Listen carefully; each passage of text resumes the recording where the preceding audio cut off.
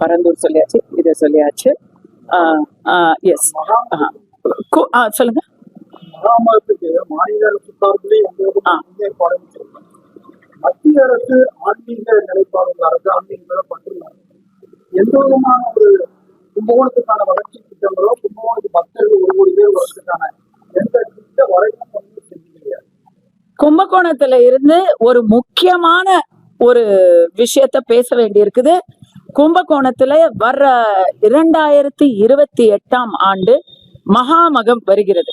நான் உத்தரப்பிரதேசில நடந்த பிரயாகுல நடந்த கும்பமேளாவுக்கு போனேன். அந்த கும்பமேளாவுக்கு போகும் பொழுது அழகா இன்னும் சில வருடங்கள்ல நம்ம தமிழ்நாட்டுல இது போன்ற ஒரு மிகப்பெரிய ஒரு திருவிழா நடக்க போகுது, மிகப்பெரிய ஒரு வரலாற்று நிகழ்வு நடக்க போகுது, ஆன்மீக நிகழ்வு நடக்க போகுதுன்னு நான் அன்னைக்கே சந்தோஷப்பட்டுக்கிட்டேன். இந்த மகாமழ விழாவில இன்னும் ஜஸ்ட் 1 year தான் இருக்குது. 28ங்கிறது நம்ம கண்மூடி கண் திறக்கிறதுக்குள்ள வந்துரும். அந்த நேரத்துக்கு இப்ப பாக்குறேன், ஆக்சுவலி இங்க இவ்வளவு பெரிய விழாவுக்கு 3 வருஷத்துக்கு முன்னாடில இருந்து ப்ரிப்பேர் பண்ண ஆரம்பிச்சிருவாங்க. பொதுவா இந்த வாட்டி ஆட்சி மாற்றம் நடந்ததுனால இப்பதான் 100 நாள் அப்படின்னு சொல்லி எல்லாத்தையுமே அவங்க கவனம் வாங்கிட்டு இருக்காங்க. தமிழக அரசுக்கு சொல்றேன், இப்ப ஆரம்பிச்சாலே டைம் பத்தாது. அவ்வளவு இன்ஃப்ராஸ்ட்ரக்சர், ஒரு குட்டி ஒலிம்பிக்ஸ் நடத்துற மாதிரி கும்பகோணத்துல மகாமகம்ங்கிறது அப்படியே இந்தியா முழுக்க இல்ல உலகம் முழுக்க இருந்து பக்தர்கள் குவிய போறாங்க. அதுல நமக்கு வரலாற்றுல நிறைய பாடங்களையும் நம்ம கத்துக்கிட்டு இருக்கோம். ஸோ இங்க தங்கும் இடங்கள், அரசு இது ஃபெசிலிட்டிஸ், கவர்மெண்ட் ஃபெசிலிட்டிஸ், அப்புறம் சட்டம் ஒழுங்கு, போலீஸ் எல்லாத்தையுமே இன்னில இருந்து திட்டமிடல் அவசியம். இதுக்கு மத்திய அரசு சார்பாக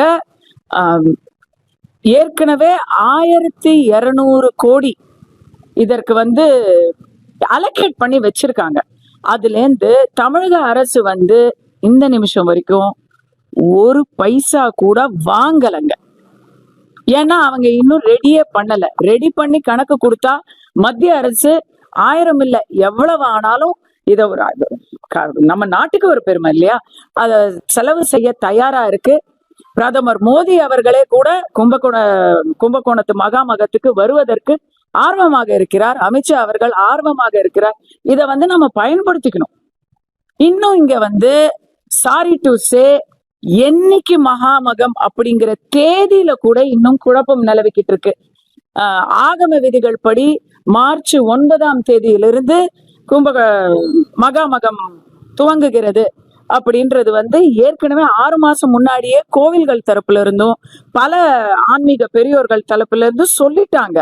ஆனா இப்ப இங்க அரசு துறைகள்ல மீட்டிங் போடலாமா வேணாமான்னு யோசிச்சுக்கிட்டு இருக்காங்க. அதுலயுமே தேதியை தவறா குறிப்பிட்டிருக்காங்க அப்படிங்கறதுல நம்ம பாக்குறோம். நேத்து கூட கலெக்டர் அறிவிப்புல பிப்ரவரி அப்படின்னு போட்டிருக்கிறத பார்த்து கும்பகோணத்து மக்கள் அதிர்ச்சியில இருக்கிறாங்க. ஐ திங்க் கவர்மெண்ட் இப்படி மெத்தனமா இருக்கிறது நம்ம அத கண்டிக்கல. ரிமைண்டரா சொல்றோம், மகாமகத்துக்கு நீங்க இன்னையில இருந்து வேலை செஞ்சா அதற்கு முழு ஒத்துழைப்பையும் ஆன்மீகத்தில் ஆர்வம் இருக்கக்கூடிய அனைத்து மக்களும், இந்துக்களாக இருக்கக்கூடிய அனைத்து மக்களும், இந்துக்களின் சகோதரர்களாக இருக்கக்கூடிய அனைத்து தமிழ் மக்களும் எல்லாருமே ஆதரவு கொடுப்பாங்க. ஏன்னா அது ஒரு பெரிய பொருளாதார ரீதியிலும் அது ஒரு மிகப்பெரிய ஒரு ஈவெண்டா, ஒரு சம்பவமா இருக்கும் அது. ஸோ எல்லாருக்குமே அங்க கடை வைக்கிறவங்க, ஹோம் ஸ்டே நடத்துறவங்க எல்லாருக்குமே கும்பகோணத்துக்கு மிகப்பெரிய ஒரு வரலாற்று பெருமைய இந்த தமிழக அரசு, நம்முடைய தமிழன் பெருமைய உலகுக்கு பறைசாற்ற இன்னில இருந்து வேலைய ஆரம்பிங்க. முதல்ல தேதியை உங்களுக்கு நான் சொல்றேன், மார்ச் 9ல இருந்து மகாமகம் ஆரம்பிக்குது.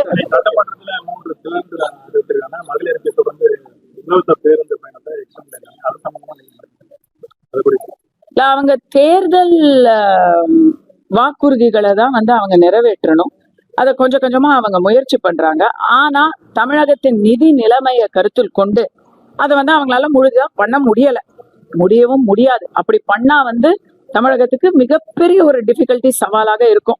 அதுக்கு இப்ப பரந்தூரையும் கேன்சல் பண்ணிட்டாங்க. அப்புறம் எங்கேருந்து வரும்? பொருளாதார டெவலப்மெண்ட் இல்லாம நீங்க எப்படி இலவசங்களை கொடுக்க முடியும்? 6 சிலிண்டர்னு சொன்னாங்க. இப்ப அதுல சரி பாதி 3 சிலிண்டர்னு அனௌன்ஸ் பண்ணிருக்காங்க. அது அமுல் ஆவறதுக்கும் இன்னும் சில பல மாதங்கள் ஆகலாம். எல்லாருக்கும் இலவச பஸ்ன்னு சொன்னாங்க. இப்ப வந்து அது பெண்களுக்கான இலவச பஸ்ஸாக தொடர்ந்து கொண்டிருக்கிறது. திமுகவின் திட்டம் தொடர்கிறது. அதை ரிவோக் பண்ணல, அவ்வளவுதான். அதாவதுங்க, எம்எல்ஏக்களுக்கெல்லாம் அவன் கோடீஸ்வரனாக இருக்கக்கூடிய எம்எல்ஏக்களுக்கெல்லாம் வந்து கார் கொடுத்தே தீருவோம் அப்படின்னு அடம் பிடிக்கிறது. சில விஷயங்கள்லாம் வந்து அது என்ன முடிவு பண்ணிட்டு அதுக்கப்புறம் அதுக்கான கோரிக்கையை வைக்கிறாங்களான்னு தோணுது. கொடுக்கணும்னு முடிவு பண்ணிட்டு அப்புறம் நீங்க கேக்குற மாதிரி கேளுங்க, நாங்க கொடுக்குற மாதிரி கொடுக்குறோம் அப்படின்னு சொல்லி கொடுத்த மாதிரிதான் காரும் இருக்கு.